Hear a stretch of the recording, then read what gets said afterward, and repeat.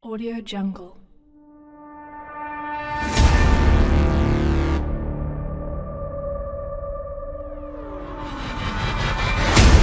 Audio Jungle.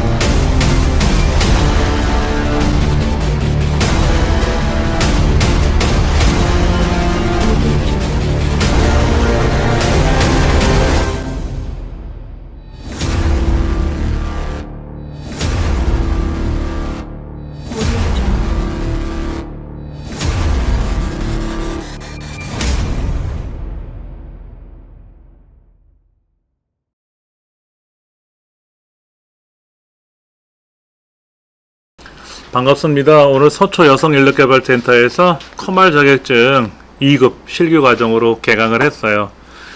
오늘 수업이 오늘부터 해서 꽤 길게 진행했죠. 2월 3일까지입니다. 무려 3개월이네요. 그렇죠?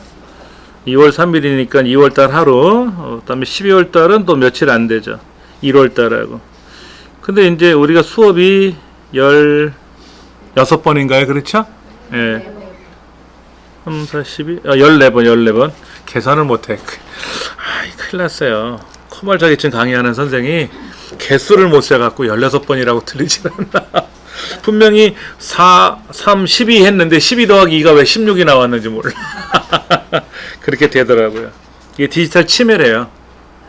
네, 치매. 그리고 마지막 이틀은 2시간이에요. 40시간 하려고 하니까 그렇게 됐어요. 시간표 한번 보세요, 여러분들.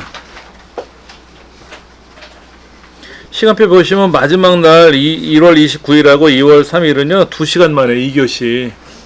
예.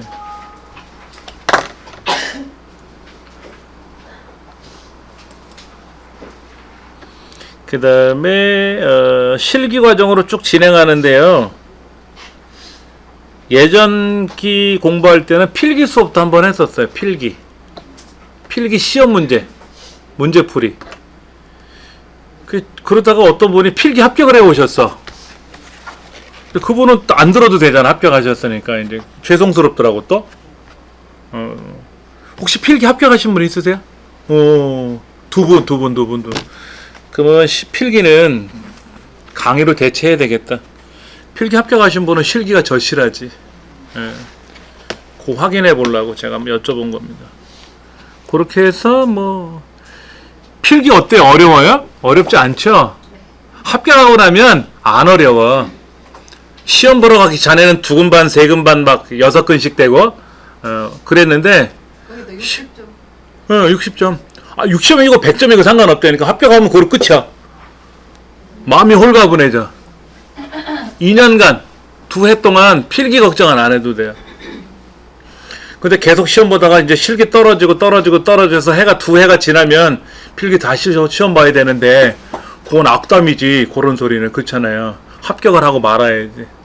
올해 시험 보시기는 좀 그렇고 내년에 시험 보셔야지. 내년에 이 과정이 끝날 쯤 되면 그냥 시험 그 다음 주에 시험 보러 가시면 된다고 생각하고 하시면 돼요.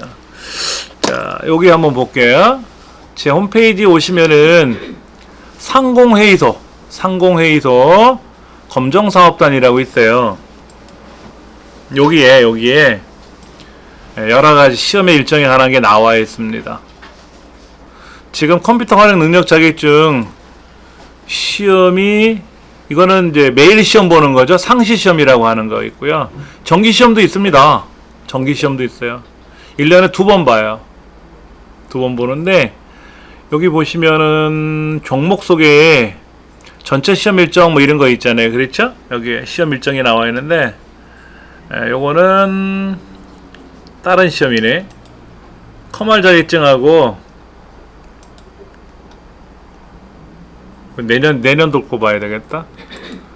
커말 자격증이 1년에 2번 있어요. 1년에 2번. 여긴 지금 시험 일정이 이렇게 1년에 2번 있죠? 1급 2번, 2급 2번, 필기 2번, 실기 2번. 그 다음에 워드프로스 자격증하고 시험 일정이 동일합니다. 워드프로스 시험하고 동일해요. 그래서 필기 2번, 실기 2번. 네. 비서 자격증은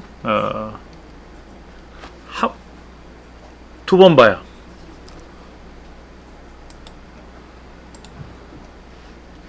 시험 일정이 좀 약간 다른데 워드, 커말은 같은 날 보고요. 그 워드, 커말을 같이 시험 보시려면 정기 시험을 보시려 그러면 뭐 1급 따로 보고 2급 따로 보고 이렇게 봐야지. 시간대가 동일하니까 상시 시험 보시면 되고 상시 시험. 그리고 이제 커말 자격증 취득을 하시고 나면은 이제 비서 필기만 합격하시면 돼. 필기. 그럼 실기는 면제 받으니까. 비서 자격증은 국가기술 자격인데요. 실기 시험이 따로 없습니다. 필기 합격하시면 워드, 커말, 속기로 선택해서 시험을 보시는데 워드나 커말을 갖고 계시면 똑같은 시험이니까 뭐 굳이 안 봐도 되잖아요. 저도 그래서 면제 받았어요. 필기만 합격해가지고. 예. 요거는 이제 국가기술 자격이고요.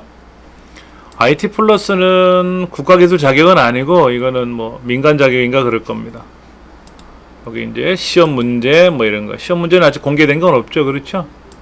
예, 활용 사례 이런 거 있는데 뭐 굳이 걱정 안 하셔도 되고. B2급 같은 경우에는 컴퓨터 일반과 엑셀 일반. 아주 단순하죠? 컴퓨터 전반적인 거 일반적인 시험하고 엑셀의 전반적인 내용을 시험 보겠대. 그게 딱 두 과목이에요. 근데 이거를 이제 뜯어놓고 보면 막 복잡하죠. 여기 나와 있으니까. 출제 기준 나와 있으니까. 그러니까 신경 쓰지 마시고 시중에 나가면 필기책 하나 사세요. 필기 문제집 있어. 넘기는 거. 요약 정리해 놓은 거. 제가 그 파일 다 올려놔 드릴 겁니다. 그러면 그걸 가지고 여러분들이 그냥 파일 공부하시면 되고, 제가 예전에 강의해 놓은 것들은 있어요. 여기에 2019년도 이미 강의를 해 놓은 게 있거든요. 필기시험하고 실기시험에 관한 거. 요거 2020년도 거 우리 실기는 있으니까 필기시험 요거 사셔가지고, 요건 좀 커요. 옛날 우리 수련장 넘기는 거 있잖아.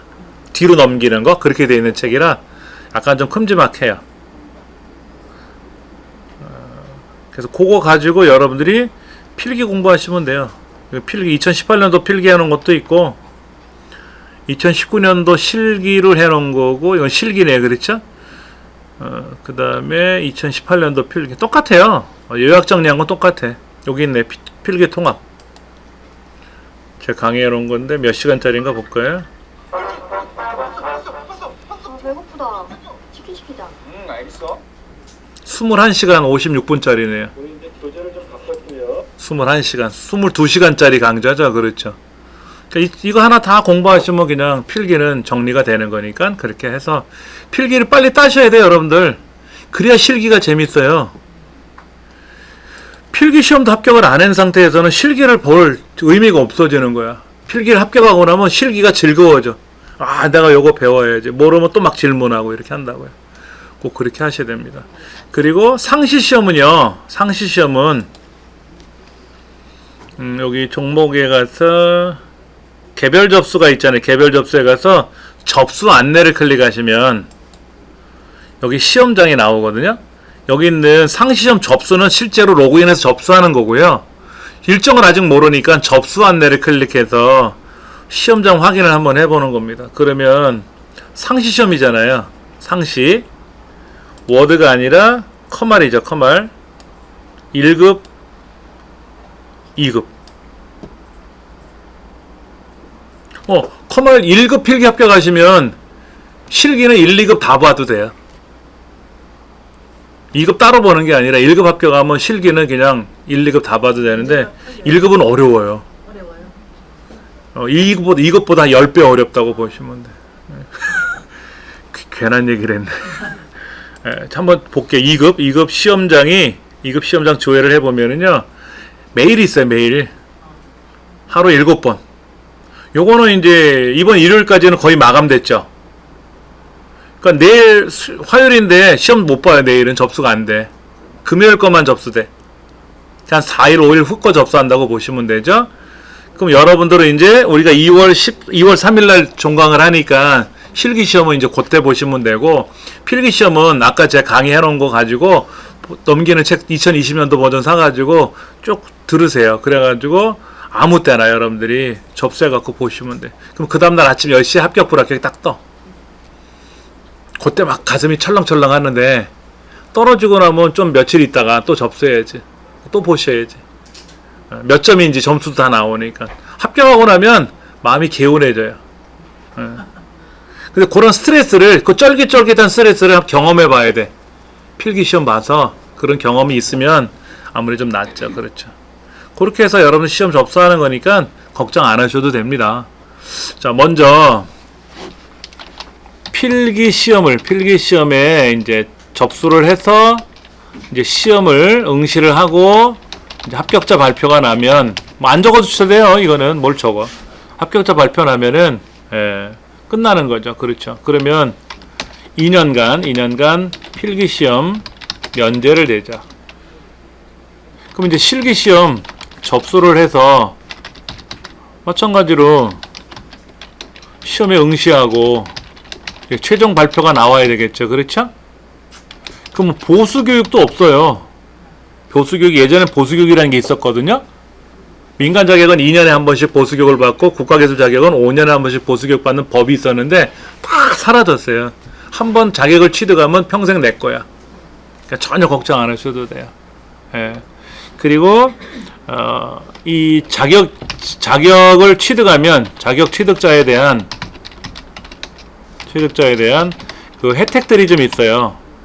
뭐 공무원 응시 시험을 볼 때, 공무원 이제 시험 볼 때라든지, 그 다음에 이제 교사 임용 시험이라든지, 이런 걸, 공무원 시험이라든지 교사 임용 시험이라든지 이런 데서 혜택을 받아요.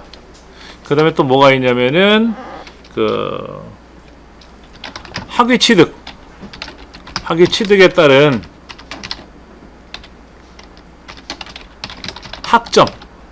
학점을 이제 받을 수가 있죠. 학점은행제라는 거 들어보시죠. 학점은행제로 학위를 취득하는 게 있잖아요. 예전에 그 천재소년, 송유근이란 그 천재소년이 인하대학 2학년 마치고 그만뒀단 말이에요. 그리고 그 다음에 학위를 받았단 말이에요.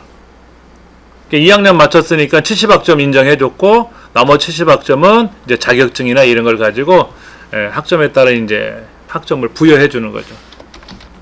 그래서 140학점 더 따면, 70학점 더 따면 140학점 되니까, 전문대학은 80학점 인정을 해주고, 80학점을 따야 학위를 받고, 일반 학사는 140학점을 따야 되는데, 대학 2학년까지 마쳤으니까 70학점 인정해준단 말이에요.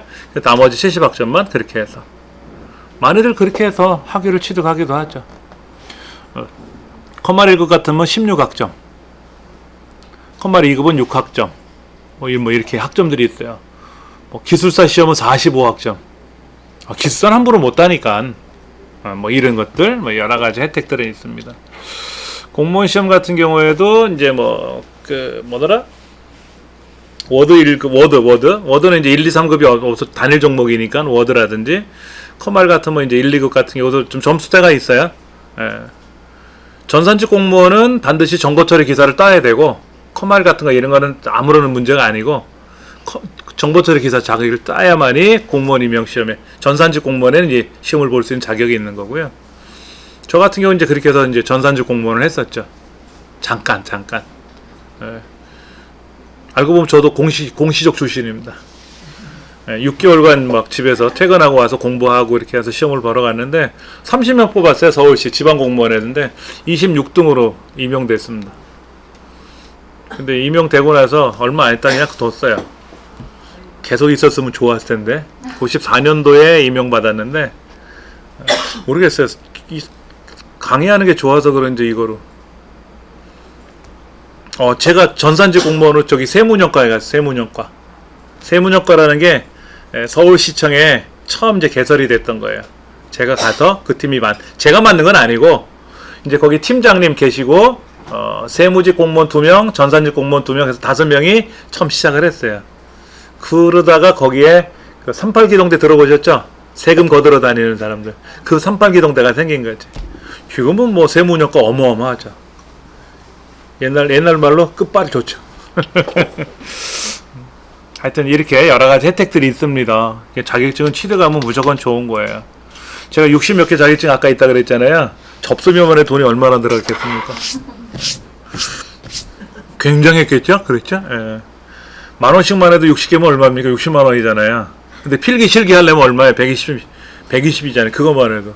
근데 그땐 사진 찍어갖고 다 붙여야 되잖아. 이 사진값만 해도, 어이, 끔찍해. 우리 책 한번 보세요. 짜잔! 하고 페이지 넘겨봤더니, 이렇게 짜잔! 하고 신화공을 소개합니다. 라고 되어 있어요. 신화공. 신화공은 이렇게 되어 있어요. 여러분들. 여기 이렇게 가시면 아래쪽에 제 홈페이지에 신화공 하고 이렇게 있어요. 링크를 걸어놨거든요. 일로 들어보시면 신화공. 시험에 나오는 것만 공부한다는 뜻입니다. 시험에 안 나오는 건 공부 안 해. 이게 신화공 아닙니까? 신화공. 여기 써있어요. 시험에 나오는 것만 공부한다. 또 영진닷컴은 또 그런 게 있어요. 이기적인 뭐 이렇게 그럼 이렇게 기가 막힌 적중률을 뭐 말 잘 만들었죠. 그렇죠. 신화공이 제일 좋은 것 같아. 시험에 나오는 것만 공부한다. 이렇게. 그럼 이제 여러분들이 이런 이제 샘플들 또 새로 나온 시험 문제들이 있잖아요. 이제 그런 것들을 여기 회원 가입해가지고 이 책을 기록을 해. 여기 등록을 하거든요. 그럼 몇 페이지에 무슨 글자가 있냐 물어봐.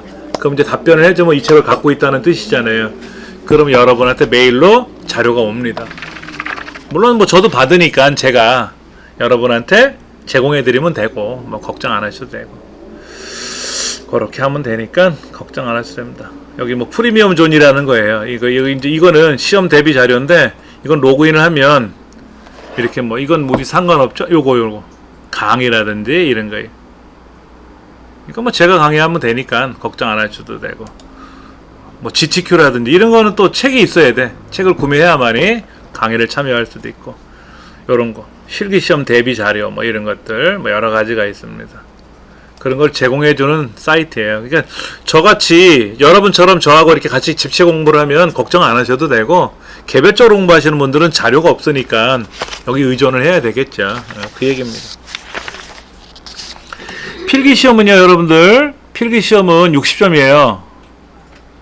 실기시험은 70점이고요. 합격자 커트라인이 합격 커트라인이 60점인데 60점 이상이 돼야 되겠죠. 그렇죠? 여기는 70점 이상이 되고 근데 여기는 이제 한 과목 보잖아요. 엑셀 실기를 가지고 시험 보는 거고 필기는 컴퓨터 일반 엑셀 일반 두 과목을 보는데 40점 이상을 맞춰야 되고 두 과목 다 40점 이상을 맞아야 되고 평균 60점 돼야 돼요. 그러니까 39점 맞고 100점 맞으면 땡. 안 돼요. 39점 40, 60, 100점 이러면 안 돼. 과목 과락 제도라는 게 과목 과락 제도. 그런 제도가 있다라는 거 기억을 하시고요. 기능사 시험에는 과목 과락 제도가 없지만 산업기사나 기사 시험에는 과목 과락 제도가 있습니다. 그러니까 5과목을 시험 보는데 기사 같은 경우에 예를 들어 5과목 중에서 다 100점, 100점, 100점 맞았는데 하나가 39점 맞았어. 그러면 땡! 불합격이 되는 거예요. 평균이 60점이 훨씬 넘어도 땡! 이른다 이거지. 그런 거 걱정하지 않으셔도 되고요. 자, 엑셀을 한번 실행해 볼 건데요. 엑셀은 이렇게 실행합니다. 여러분 시험장에 가시면 엑셀 아이콘이 바탕화면에 놓여 있어요. 우리는 바탕화면에 아이콘이 있습니까? 없죠. 원래 엑셀이나 파워포인트는 바탕화면에 안 깔려 있어요. 한글 2010은 설치하면 바탕화면에 깔리는데 엑셀 파워포인트는 시작 누르시고 모든 프로그램 들어가시면은 여기에 마이크로소프트 오피스라고 하는 폴더가 있습니다. 그 안에 있어요. 우리 강의실은 윈도우 7입니다. 윈도우 10에서는 이렇게 아이콘이 먼저 나오고 나중에 폴더가 나와요. 2007 같은 경우인데 2010은요. 요 파일하고 아이콘 파일하고 폴더하고 그냥 ABC 먼저 나오고 가나다 뒤에 나옵니다. 폴더와 파일에 관계가 따로 없어요. 우리는 폴더가 파일이 먼저 나오고 아이콘이 먼저 나오고 폴더가 뒤늦게 나오는데 하여튼간에 MS 오피스라는 마이크로소프트 오피스라는 요 폴더 안에 엑셀 2010이 있습니다. 매번 이렇게 실행을 해 주셔야 돼요. 요렇게 이제 실행을 하시면 요렇게 엑셀이 실행이 됩니다. 여기서부터 이제 같이 좀 볼 거예요. 예.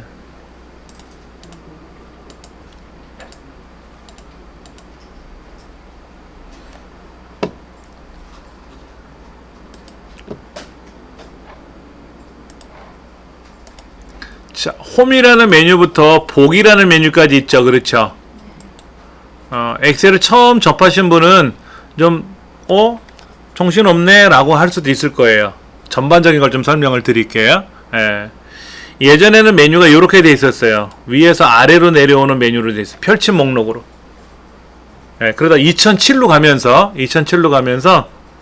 메뉴가 이렇게 클릭하면 아래쪽으로 이렇게 리본 메뉴로 옆으로 쭉 띠가 생기는 메뉴고 바뀌었어요. 구조가. 이거를 리본 메뉴 구조라 그래요. 리본 메뉴 구조. 2007부터가 이렇게 바뀌었는데 우리 시험은 2010으로만 봅니다. 공부는 2007로 하셔도 돼요. 99% 같습니다. 2007하고 2010하고 거의 같은데 개발자 회사가 MS사가 2007에 대한 보안 서비스를 중단한다고 발표를 했습니다. 그러니까 2007로 사용 공부하다가 문제가 발생하면 이제는 개인이 책임져야 돼요. 이제 개발자가 책임 안 져요. 2010은 사용하다가 문제가 생기면 개발자한테 항의하면 개발자가 챙겨주는데 MS사가 2007은 이제는 안 챙겨줘요. 그럼 시험을 2007로 하겠다라고 해서 상공회의소에서 하다가 공부하다가 문제가 생기면 상공회의소가 덤택이 있을 거 아닙니까? 그래서 시험도 2010으로만 보겠다고 발표를 한 거예요. 물론 워드프로스 자격증도 2010으로만 봅니다. ITQ라든지 이런 민간공인 자격증, 국가공인 자격증도 다 2010부터 봐요. 2007은 이제 안 씁니다. 한글 2007하고 한글 2010은 메뉴가 아예 다르고요. 엑셀 같은 경우는 파워포인트 같은 경우에는 2007과 2010이 흡사하지만 혹시나 문제가 될까봐 2007은 안 쓰고 2010으로만 그렇게 합니다. 파일이라는 메뉴 한번 눌러보실래요? 파일이라는 메뉴를 눌러보시면 어떻게 돼 있나요? 저장이라는 메뉴가 있고 다른 이유로 저장하는 게 있고 열기, 닫기, 정보, 최근에 사용한 항목, 새로 만들기 이런 거 보이시죠? 그렇죠? 뭔가를 이제 작업을 하게 되면 저장을 해야 될 거 아닙니까? 시험장에 가면 이렇게 돼요. 여러분들 시험에 가서 지금부터 자격증 시험 볼게요 라고 하면 자동으로 뭐가 촥 열려요. 엑셀이. 전혀 걱정할 필요 없어요. 그 전에 이제 등록을 하겠지. 인적사항 등록도 하고 하겠죠. 그 시험이 다 되면 자동으로 화면이 탁 멈춰버려요. 하얗게 변해버려. 그럼 자동 저장이 되고 자동으로 다 답안지가 전송이 됩니다. 우리는 걱정할 필요 없어요. 그냥 엑셀 업무만 하시면 돼. 시험 보실 때. 예. 근데 이제 직장에서나 가정에서는 중간중간에 저장을 해야 되겠지. 저장을 안 하면 어떻게 된다? 갑자기 고양이가 멀티탭을 탁 꺼버리면 데이터 사망하는 거죠. 그렇죠? 그럴 수도 있고. 그 다음에 인쇄 같은 거 한다든지, 불러오기, 열기라고 하죠. 이런 것들은 이제 여기서 작업하고, 그 외에는 다 이제 홈서부터 보기라는 메뉴. 여기 또 하나 있어요. 개발 도구라는 메뉴가 하나 더 있어야 되는데, 그건 나중에 할 거니까는요. 자, 홈이라는 메뉴 한번 눌러보세요. 홈이라는 메뉴는요, 가장 기본적인 기능이 들어있는 메뉴입니다. 엑셀의 메뉴 구조는 어떻게 되어 있다고요? 리본 메뉴라 그랬죠? 리본 메뉴요. 그래서 메뉴 항목을 클릭하면 옆으로 펼쳐지는 제일 처음에 어디 제일 처음에 여기 홈. 한글 오피스 아니, 한글 오피스가 아니라 모든 프로그램에 가시면 마이크로소프트 오피스.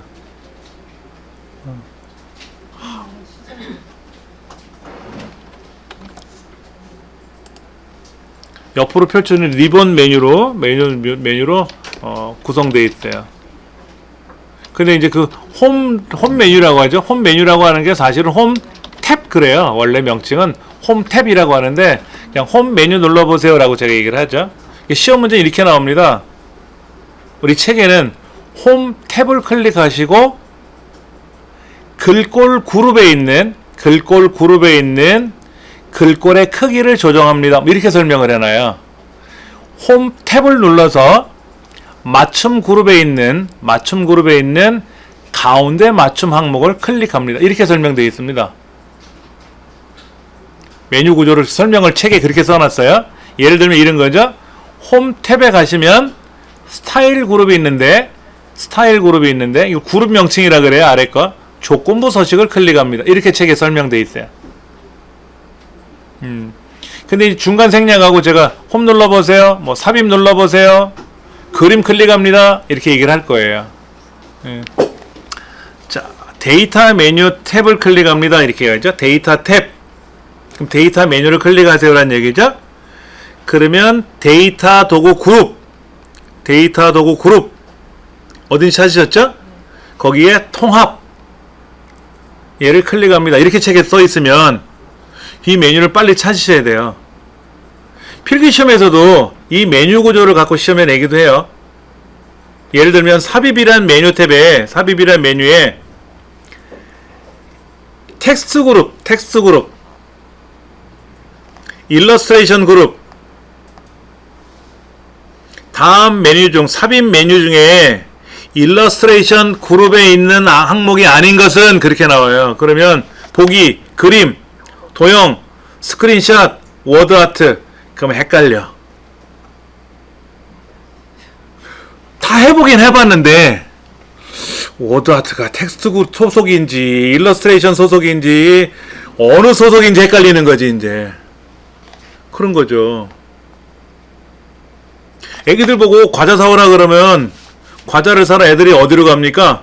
공산품 코너에 가요? 학용품 코너 가요? 수산물 코너 가요? 첨가물 코너 가요? 어디 가요? 모르시구나. 애기들은요 과자 있는 데로 가 그냥 알아서. 그게 공산품 코너인지 뭔지 몰라 애들은. 그냥 그 항상 슈퍼에 가면 과자가 거기 있었거든. 입구에 어딘가에. 골로 가는 거야. 우리도 그렇게 공부하거든. 워드아트 클릭하세요. 뭐 하이퍼링크 클릭하세요. 여기에 있는 세로 막대형 하세요. 이렇게 했는데 얘가 소속이 일러스트레이션 그룹인지 표 그룹인지 텍스트 그룹인지 헷갈리지. 요런 것도 좀 눈여겨 보셔야 된다는 얘기죠.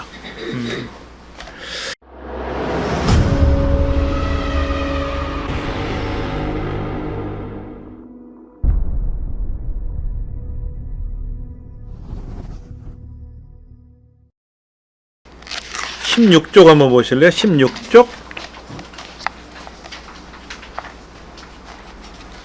16쪽을 보시면 거기에 시험을 어떻게 응시하는지 실기 문제 분석하는 과정도 나와요. 100점 만점 중에 70점 이상이면 합격이라 그랬잖아요. 그런데 이 책의 저자들은 뭐라고 써놨냐면 79점만 맞춰서 합격하자. 79점만. 욕심 많이 내지 말고 난 100점 맞출 거야 이런 생각하지 마시고.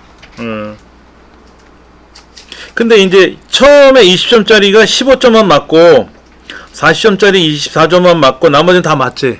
다 맞추자 이거지. 그 5점을 포기하자는 얘기고 하나는 16점을 포기하자는 얘기죠. 16점짜리 포기하고 16점을 포기하고 5점을 포기하는 거지. 그래서 몇 점을 포기한다? 21점을 포기하자는 얘기야. 그럼 이게 가장 안정적으로 합격하는 거예요. 우리 애도 이렇게 합격했어요. 이렇게 하라며 그러더라고. 우리 애도 여기 데리고 와서 가르쳤거든요. 돈 내고 수강료 내고 제가. 집에서 못 가르치니까 시간이 안 맞아서. 그랬더니 이렇게 하더라고요. 그 중간에 40분 시험인데 20분만 되면 퇴실 하거든요. 근데 문 열릴 때 훅 나오더라고요. 그래서 다 했냐 했더니 아니 왜? 이것만 하라며. 이것만 맞추면 된다며 그러더라고. 여기까지만 하고 나왔대요. 근데 합격했더라고. 그 자세한 거는 이제 공부하면서 우리가 이제 진행할 겁니다. 자, 우리가 이제 엑셀 작업을 하게 될 거 아닙니까? 그렇죠? 예. 작업을 하기 위해서는 이제 메뉴를 많이 알아야 돼요. 홈 메뉴서부터 시작해서 삽입이란 메뉴, 페이지 레이아웃 메뉴, 수식 메뉴, 데이터 메뉴, 검토 메뉴, 보기 메뉴, 그 다음에 여기 없는 개발 도구라는 메뉴가 하나 더 있다 그랬어요. 예. 그럼 이렇게 많은 메뉴들이 구조가 이유가 있을 거 아닙니까? 홈 탭이라고 하는 건데 일반적으로 이제 홈 메뉴를 우리가 클릭한다고 하지만 사실은 이게 홈 탭이라고 부릅니다. 탭. 우리 키보드에 보면 탭 키가 있죠, 왼쪽에. 키보드 왼쪽에 탭 키라고 있잖아요. 얘는 옆으로 펼쳐지는 걸 탭이라 그래요. 그래서 엑셀 화면에서요, 엔터 눌러보세요. 그냥 엔터 누르면 아래로 내려갑니다. 쉬프트 키 누르고 엔터 치면 거꾸로 가요. 해보세요. 올라가죠. 그렇죠? 탭 키 눌러보세요. 탭 키. 엔터 치고 탭 키 엔터 쳐보세요. 어떻게 되나. 원래 탭 키 눌러 엔터 치면 내려가는데 제가 지금 B라는 곳에서부터 시작해서 탭 키를 이용해서 옆으로 가요. 옆으로 그냥 가는 게 아니라 사실은 데이터를 입력하면서 가겠죠? 그다가 이제 여기서 엔터를 쳐야죠. 같이 한번 해보세요. B의 두 번째에다가 이렇게 써볼 겁니다. 성적표. 이렇게 한번 써보세요. 성적표. 그리고 엔터를 한번 더 눌러주고 빈줄을 생기게 해놓고 여기다가 학번.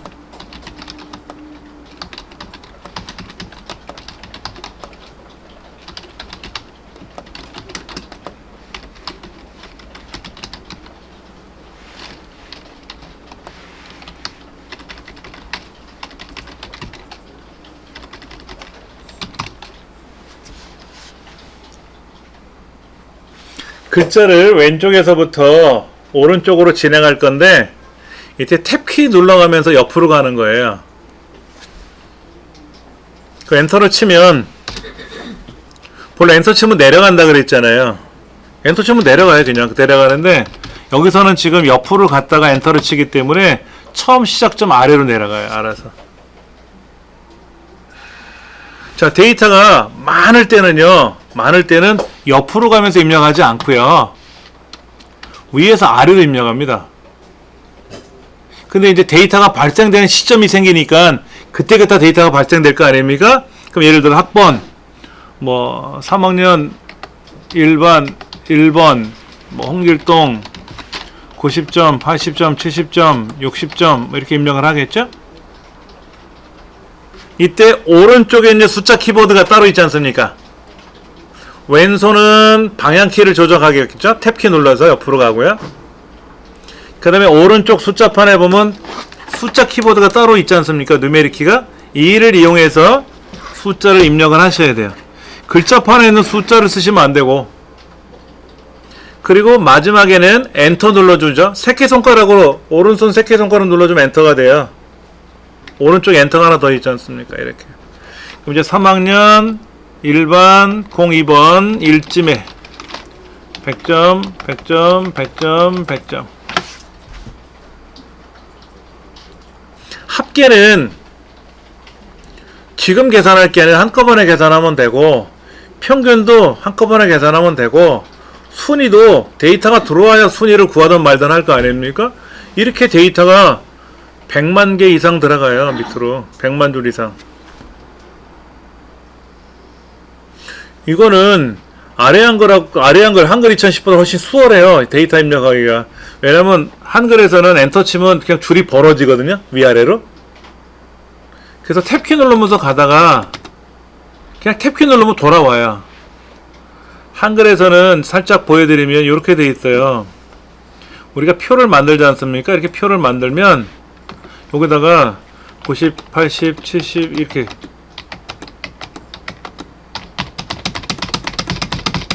탭키 누르면 넘어가요. 그냥 엔터 치면 이렇게 돼요. 안 돼. 큰일 나. 여긴 탭키 누르는 거야. 탭키. 그러다가 이제 다 썼잖아요. 탭키 누르면 한 줄 더 생겨. 탭키 누르면 막 생겨. 줄이 쉽게니까. 이런 걸 안 해보시고 그냥 내가 하던 방식으로만 하니까 어려운 거지, 뭔가 팁이라고 하잖아. 팁, 거저주는 팁, 이런 게 많이 생기면 그게 노하우가 되는 거예요. 그래서 그 사람은 그걸 실력이라고 보고 기술이라고 하는 거지. 그러니까 나름 저도 오랜 기간을 이걸 해왔잖아요. 그렇죠? 그 다른 사람보다는 좀 실력이 있지. 제가 만든 건 아니지만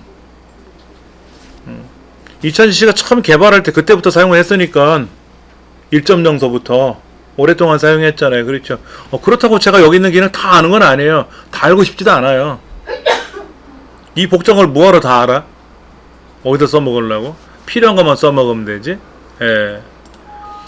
엑셀은요 굉장히 양이 많아요. 제가 이 엑셀이란 프로그램 중에서 한 20% 정도 아는 것 같아. 겸손하게 얘기해서 20%인가? 그래, 한 30% 안다고 쳐보. 30%. 근데 30% 아는 것도 굉장한 기술이에요. 그럼 나머지 10%는 뭘까? 70%는 몰라. 너무 많아서 알고 싶지도 않아. 복잡해요, 복잡해. 자, 그러면 이렇게 이제 이렇게 100만 명이 입력했다고 쳐보자고. 이번에 수능 시험 본 사람 60만 명이 좀 안 된다 그래도요? 55만 명이래. 역사 이래 최저로 시험 봤대. 예. 그러면 이 밑으로 몇 명이나 더 입력할 수 있을까? 한번 보는 거죠. 자, 컨트롤 키 누르고 내려가는 거 눌러보실래요? 컨트롤 키는 키보드에 두 군데가 있잖아요. 왼쪽과 오른쪽에 있는데 오른쪽 컨트롤 키는 한자 키가 다 작동됩니다. 한자 키.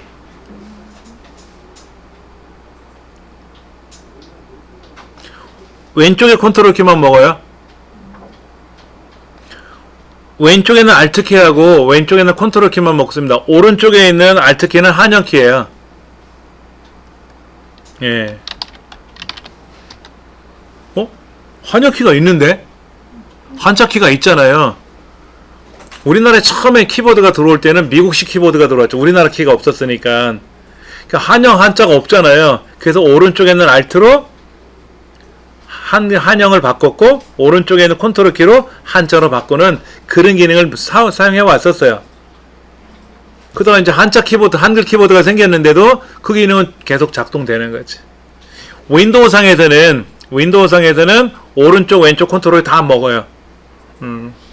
여기서는 왼쪽 것만 쓰자 이거지. 자, 컨트롤 키 누르고 오른쪽 그러면 어디로 간다? 맨 오른쪽. 맨 오른쪽. 홈키 누르면 어디로 간다? 홈키? 앞으로. 컨트롤하고 오른쪽 누르면 맨 오른쪽으로 하고 컨트롤 누르고 위로 가면 맨 위로 올라가고 어디 있든지 간에 컨트롤하고 홈 누르면 맨 앞으로 가요. 컨트롤하고 홈.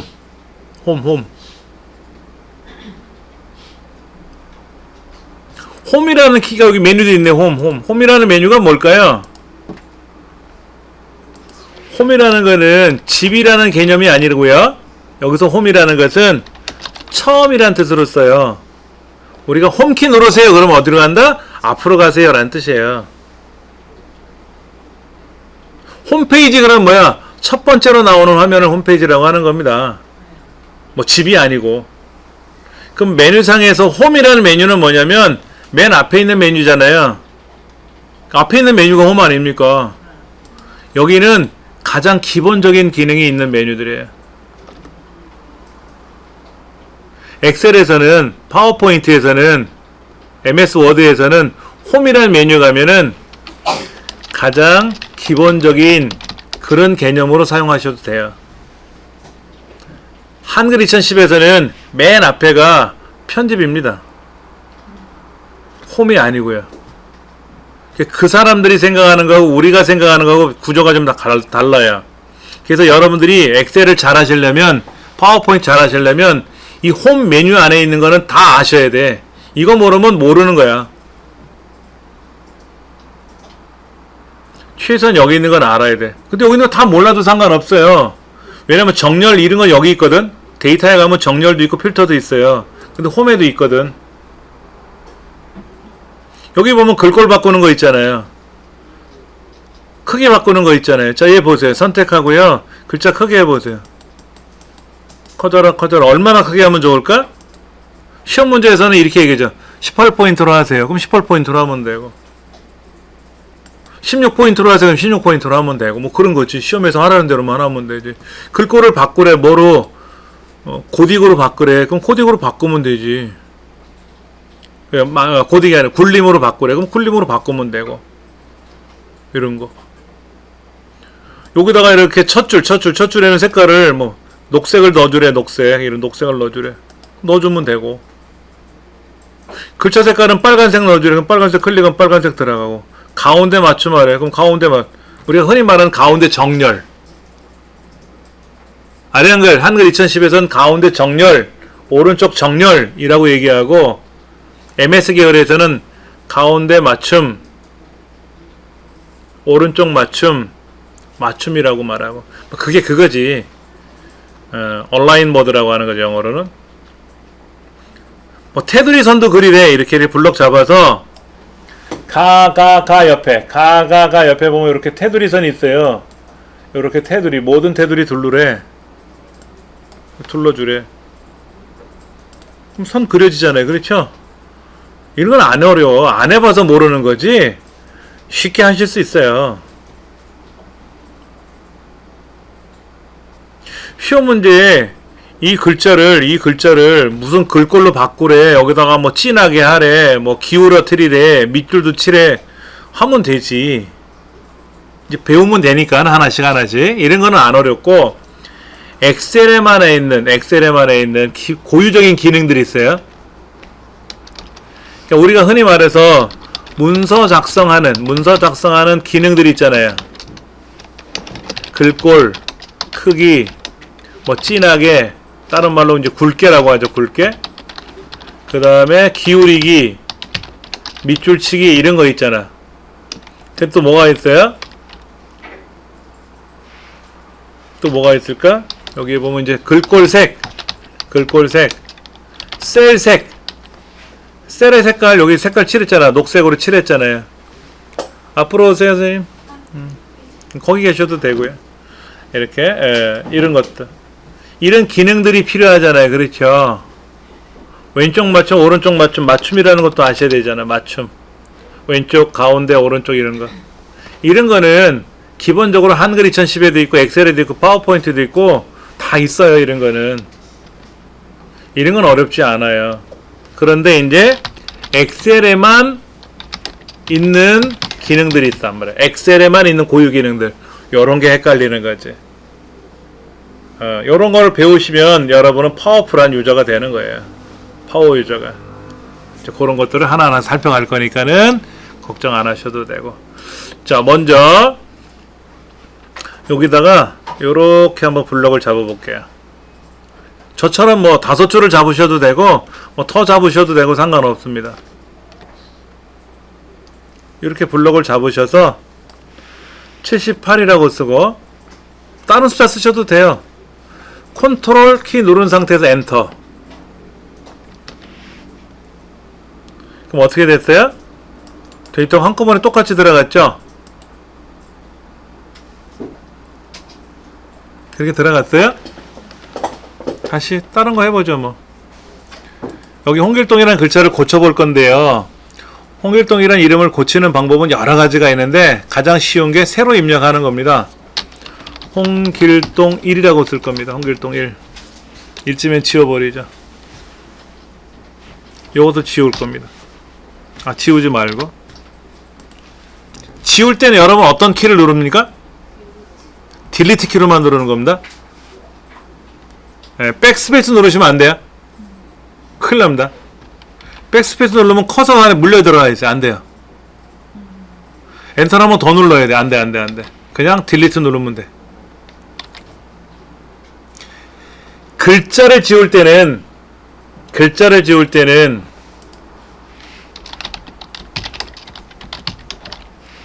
글자를 삭제한다 그러죠. 글자를 삭제할 때는 커서를 기준으로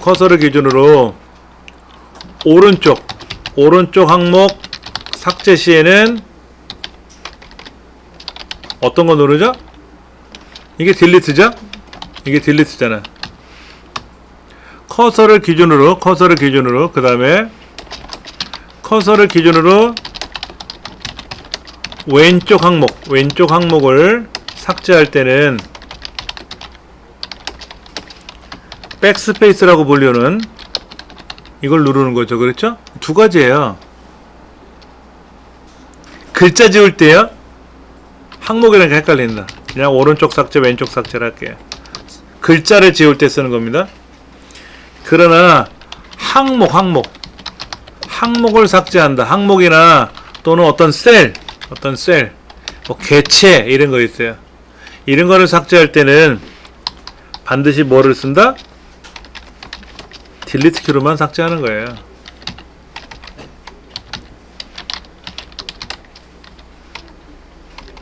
오로지 딜리트 키. 그러니까 여기 제가 커서를 여기다 놨잖아요. 이렇게 커서를 놨는데 왼쪽 거 지울 때는 백스페이스, 오른쪽 거 지울 때는 딜리트 이렇게 지우지만 여기는 얘를 지우고 싶어 그럼 딜리트야. 딜리트라고. 여기에 그림을 그려놨단 말이야. 도형을 그렸어 이렇게 그려놨어. 얘 맘에 안 들어 그럼 클릭하고 뭐한다? 딜리트. 딱 이렇게 돼 있는 거예요. 근데 이런 거를 체계적으로 안 배우신 분들은 내 편한 대로 막 써. 그 시간이 걸려. 시간이 오래되니까 시간이 오버되잖아요. 이런 거 하나하나 하다 보면 1초씩 느려. 자, 여기 글자를 홍길동 2, 홍길동 3, 홍길동 4, 홍길동 5 이렇게 넣고 싶어요. 잘 따라서 해보세요. 아까 제가 뭐라 그랬냐면 제가 설명드릴 때 못 따라오신 분들은 중간에 브레이크를 걸어서 도와달라고 요청을 하셔야 되고, 그 다음에 도와달라는 요청을 못 하시면 지금 하시는 못 따라오신 부분은 딱 멈춰버리세요. 멈춰버리시고 저랑 같이 하시면 돼요. 그리고 또 다시 요청하시면 됩니다. 자, 여기 클릭하세요. 홍길동 1이라고 되어 있는 글자 있잖아요. 그렇죠? 여러분 셀은요, 얘를 셀이라 그래요. 이 하나하나를 셀이라고 합니다. 그리고 제가 이렇게 마우스를 클릭하거나 드래그를 하면 이렇게 굵은 테두리가 생기잖아요. 그렇죠? 이걸 뭐라고 부르냐면 셀 포인터라 그래요. 셀 포인터. 마우스를 쫓아다니는 애가 있죠? 얘는 마우스 포인터고,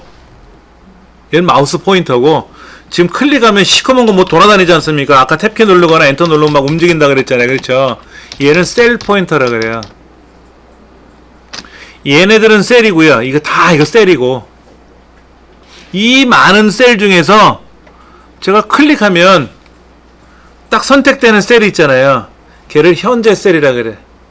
당연히 현재 셀이 셀 포인터가 둘려져 있는 애지. 선택되어 있는 셀이 현재 셀이고, 커렌트 셀, 현재 셀이고, 요 시커먼 테두리처럼 둥긴 저놈이 셀 포인터고. 근데 셀 포인터를 마우스를 갖다 대면요, 세 가지 반응이 일어나요. 잘 보세요. 이렇게 굵은 더하기 표시, 십자가 표시. 그 다음에 안에, 이렇게 밖에나 안에 갖다 댔을 때. 그 다음에 겉테두리. 굵은 테두리가 보이죠? 이 굵은 테두리에다가 이렇게 갖다 대면 사방 화살표가 떠요. 이때 얘를 쓱 끌고 가면은요, 이동이 돼요. 한번 해보세요. 이동이 돼. 어떤 사람이 모르고 이걸 이렇게 블럭 잡아서 얘를 끌고 이렇게 가면 어떻게 된다? 아싸! 하고 일로 가. 이동되는 거야. 근데 이거 이제 잘 모르면 내가 이동을 한 건지, 뭘 한 건지 이제 모르시면 한참 있다 작업했는데 엉망이 돼 있는 거지, 막 엉망 돼 있는 거죠. 그 다음 또 하나. 이 셀 끝자락에 오른쪽 밑에 보시면 네모가 하나 있어요. 네모가. 작은 네모가 하나 보이죠, 여기요? 확대해서 보여드리면 이렇게 생겼습니다. 이렇게. 거기다 마우스를 갖다 대면 얇은 더하기 표시가 나타나요. 확인해 보세요. 이렇게 클릭하면 마우스를 클릭했잖아요. 그럼 오른쪽 아래 모서리에 점이 하나 있다고. 이게 그냥 시커먼 테두리가 둘려져 있는 게 아니라 오른쪽 밑에는 점으로 되어 있어요. 세 군데죠? 여기는 셀을 선택하거나 블럭을 잡을 때 쓰는 위치. 얘를 이동을 한다든지 복사를 할 때 쓰는 거는 이 겉테두리. 이 겉테두리. 그럼 이렇게 겉테두리를 끌고 가면 어떻게 돼요? 이렇게 끌고 가면 이동이 되잖아요. 그렇죠? 그 다음에 고점. 고점에다 마우스 갖다 대면 얇은 더하기 표시가 나타나지 않습니까? 이때 마우스로 아래 방향으로 쭉 드래그 해보세요. 그럼 숫자가 증가됐나요? 증가되셨어요? 이걸 자동 채우기라고 합니다. 엑셀에만 있는 고유 기능이었는데 한글 2010에도 생겼어요. 한글이 참 굉장히 재미난 게 생겼습니다. 자, 이번에는요. 학번을 2개를 블럭 잡습니다. 2개. 근데 여러분 블럭 잡으면요. 첫 번째는 허예요.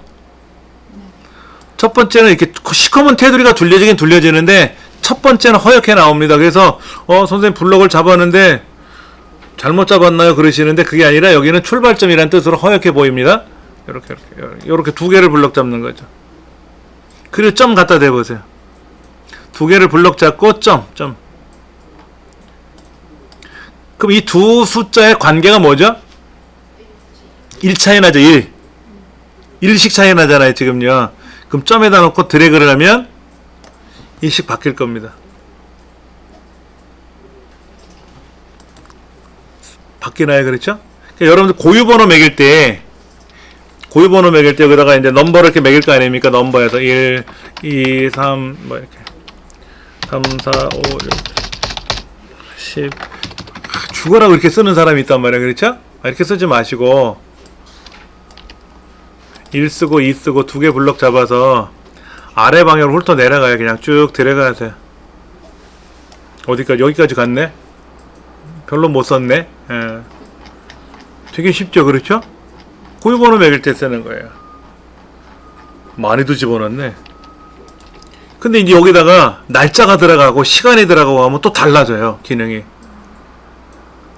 한글 2010은 그냥 오로지 글자로만 인식하기 때문에 내가 다 꾸며야 되지만 엑셀은 시간, 날짜 뭐 이게 다 조화롭게 움직이거든요. 굉장히 재미나요. 자, 그 다음에 여기 합계 들어갈 자리죠. 합계. 그러면 얘네들의 합계가 여기 들어가는 거죠. 얘네들의 합계가 여기 들어가는 거죠. 그럼 이렇게 블럭을 사실은 이렇게 블럭 잡고 계산한 경우는 많지는 않은데 양이 적은 경우는 이렇게 많이 합니다만 60만 명이 시험 보면 어떻게 돼요? 이렇게 60만 번 블럭 못 잡지. 그때는 여기다 클릭하는 거예요. 여기다 클릭하고 수식 메뉴 가보세요. 수식 계산식이에요. 계산식. 수학식이 아니라 계산식. 예. 여기에는 함수라는 게 들어가요. 함수 하면 또 이제 겁을 탁 드시는 분들이 있단 말이에요. 함수. 영어로 써드릴게요. 영어로.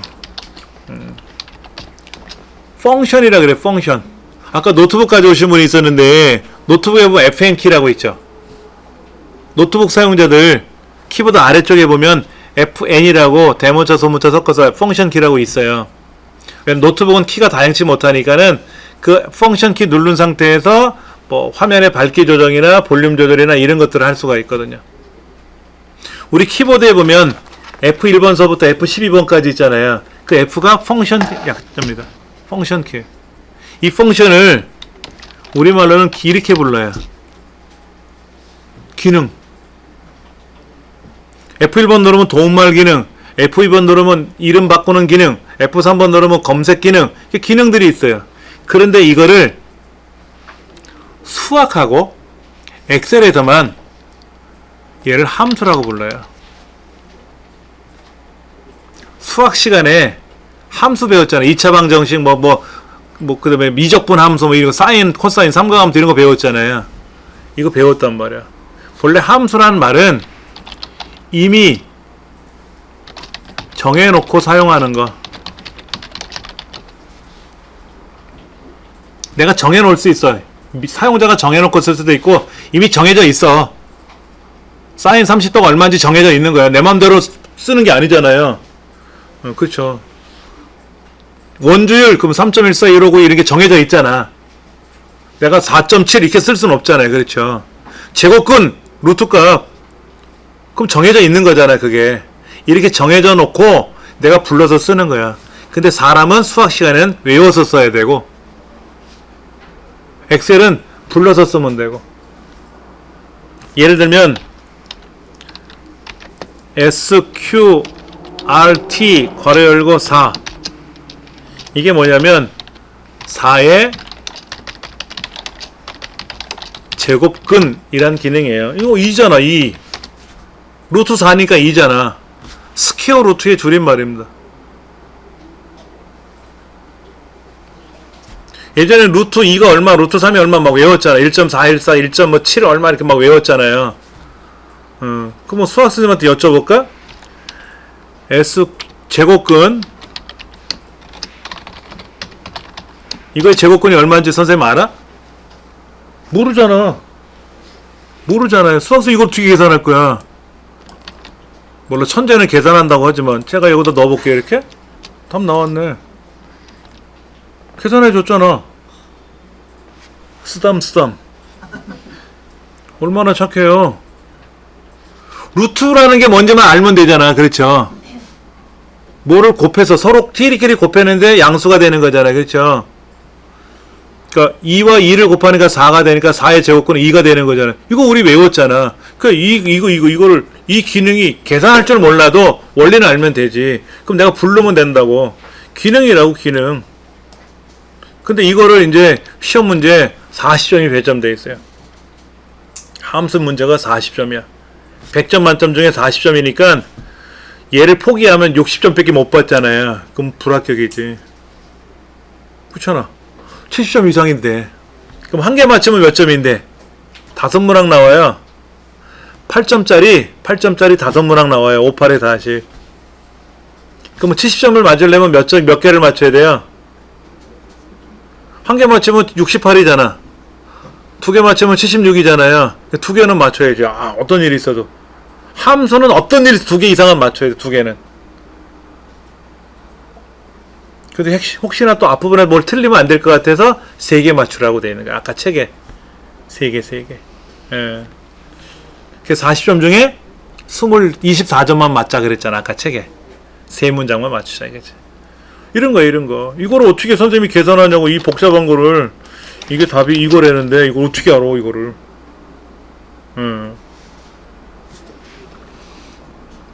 뭐 여러 가지 있어요. 우리가 수학 시간에 배웠던 기능 중에 최대 공약수, 최소 공배수 이런 거 있잖아.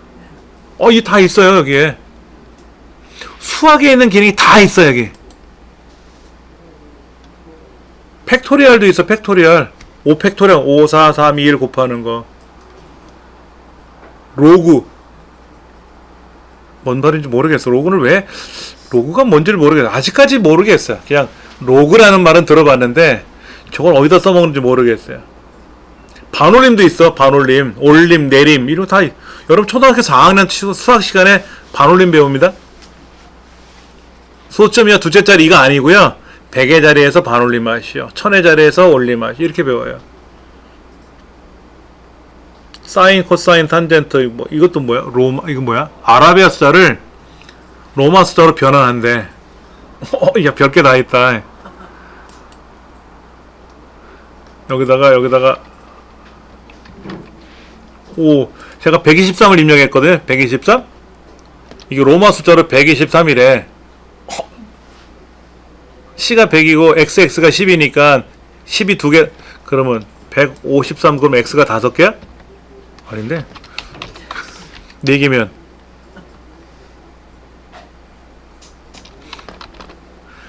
이 로마 숫자가 더 어려운데? XX는 맞다. XXX 3이니까 4개니까 로마 숫자를 따로 배워야 되겠네. 엑셀이 어려운 게 아니라 로마 숫자가 어렵네. 그렇죠. 많아요 이런거. 되게 재미있는 거 많아요. 예. 걱정 안 하셔도 된다고. 자, 제가 아까 블럭을 잡아서 뭐를 하려고 했다가 요걸 먼저 계산합시다 그랬잖아요.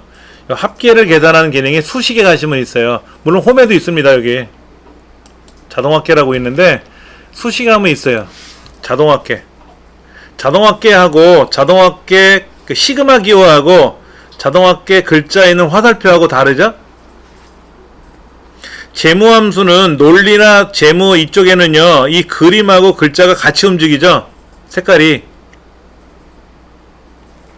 근데 여기 자동합계라고 하는 데는 시그마 기호를 갖다 댔을 때하고 자동합계 화살표를 갖다 댔을 때하고 마우스를 갖다 댔을 때 반응이 다르죠. 그렇죠? 다르잖아요.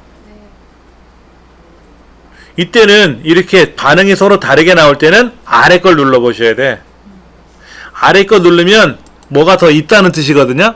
그 화살표가 더 있어요 라는 뜻이에요. 그 그 중에 맨 위에 게 위에 겁니다. 그러니까 나는 합계를 계산할 거야. 그러면 자동합계 화살표 눌러서 합계 누르지 마시고 그냥 위에는 시그마 기호 누르면 합계가 돼. 근데 나는 여기에 합계가 아니라 평균 계산할 거. 그럼 얘 눌러서 바꿔야지 평균으로. 자, 먼저 여기 합계를 계산하기 위해서 이 자리에다 클릭해 놓고 자동합계 화살표 눌러서 합계 눌러보면 되겠죠. 그럼 국어, 영어, 수학, 과학 저 4개 껌뻑거리잖아. 얘네들의 합계를 구할 거니 썸머리 합계를 구해줄 거니 맞으면 엔터. 자, 이번엔 평균. 자, 다시 자동합계 화살표 눌러서 평균 계산할 겁니다. 평균 한번 눌러보세요. 그랬더니 국어, 영어, 수학, 과학 합계까지 껌뻑거리죠? 합계는 빼야 되잖아. 그땐 마우스로 여기 국어, 영어, 수학, 과학만 다시 드래그 하세요. 이렇게. 합계는 빼고 위치를 재조정해 줘야지. 그리고 엔터. 그 소점 이하가 어떻게 나올지 모르겠는데, 자, 그러면 나머지도 계산해야 되잖아. 그렇죠? 이때는 합계와 평균을 같이 블럭 잡아 보실래요? 두 개를 300하고 75가 나오니 두 개를 블럭 잡고, 걔도 점이 있잖아. 두 개를 블럭 잡으면 오른쪽 끝에 점이 있잖아요. 그렇죠? 이 점을 가볍게 더블 클릭하세요. 그럼 아래까지 숭 하고 내려가요. 60만 명이시면 60만 번까지 쭉 내려가요. 알아서. 엑셀을 좀 배우셨다고 하신 분들을 여기는까지는 다 알고 계신 거예요? 오케이. 그러면 상관이 없습니다. 근데 이제 나는 이렇게 자동합계 하는 거는 할 줄 알았는데 알아서 슝 내려가는 거는 내가 더블 클릭은 안 해봤어. 보통 어떻게 하냐면 이렇게 해요. 합계 계산하고 자동 채우기 드래그, 평균 계산하고 자동 채우기 드래그, 이렇게 하는데 순위는 어려워서 안 할 겁니다. 얘를 계속 계산할 거 아닙니까? 수능 이번에 55만 명 봤다 그랬잖아요. 그러면 이제 첫 번째 학생에 대한 뭔가를 쫙 계산하겠죠. 그리고 이제 자동 채우기를 더블 클릭하면 나머지 55만 명 한꺼번에 쫙 계산하고 마는 거지. 일일이 언제 55만 번을 계산합니까? 한 번에 계산하고 마는 거야. 근데 제목이 생뚱맞네. 여기 있는 게. 얘는 어디 있으면 좋아요? 이쯤에 있으면 좋잖아. 이쯤에. 이렇게 블럭 잡죠? 이렇게 블럭 잡아요. 이렇게 블럭을 잡고 홈 메뉴 탭에 오시면은 병합하고 가운데 맞춤이라고 있어요. 병합하고 가운데 맞춤. 얘를 눌러주면 슝 하고 가운데 들어와요. 얘를 다시 누르면 안 병합하는 겁니다. 다시 누르면 병합. 여러 개를 하나로 뭉치고 가운데로 슉 집어넣겠다 이거죠. 보통 제목은 이렇게 쓰고 한 줄 건너뛰고 본문이 들어가는 겁니다. 이렇게 붙여 쓰시면 안 돼요. 제목하고 내용을 붙여 쓰시면 안 돼요. 우리나라 문서를 작성할 때는 규정이 제목 쓰고 한 줄을 더 엔터를 쳐서 눌러 빼가지고 내용이 들어갑니다. 엑셀은 만약에 얘를 이렇게 붙여서 썼다 그러면은요, 이렇게 붙였으면은요, 그 다음부터는 이제 애로사항이 꽃이 피어요. 반드시 제목과 내용은 분리시켜야 됩니다. 그래야 행복이 찾아오는 거죠. 네. 화면을 확대하고 축소하는 기능이 화면 오른쪽 밑에 보실래요? 여러분 화면 오른쪽 밑으로 내려가면 시간하고 날짜 보이는 데 있죠? 거기 바로 위에 몇 퍼센트라고 보이지 않아요? 100%? 100%라고 보이지 않아요? 여기. 이 오른쪽 밑에 시간이 보이잖아요. 날짜가 있고. 엑셀은 제일 끝자락에 오른쪽 밑에. 여기 보면 이렇게 더하기 빼기 표시가 있잖아요. 이거 눌러주면 줄어들고 커지는데, 제가 아까 이거 안 눌렀죠? 안 누르면 커지고 작아지잖아요. 그렇죠? 이거는 컨트롤 키 누르고, 왼쪽에 있는 컨트롤 키 누르고, 마우스에 보면 휠이 있잖아요. 휠. 이 휠을 위아래로 굴리시면 커지고 작아져요. 해보세요. 커져요? 작아지고 커져요? 여기도 돼요. 여기도 이렇게 커지고 작아져요. 이렇게 해놓고 갈까? 이렇게 해놓고 가면 컴퓨터 고장났다 그래. 이렇게 해놓고 가면 선생님 컴퓨터 바이러스 걸렸어요. 됐단 그죠?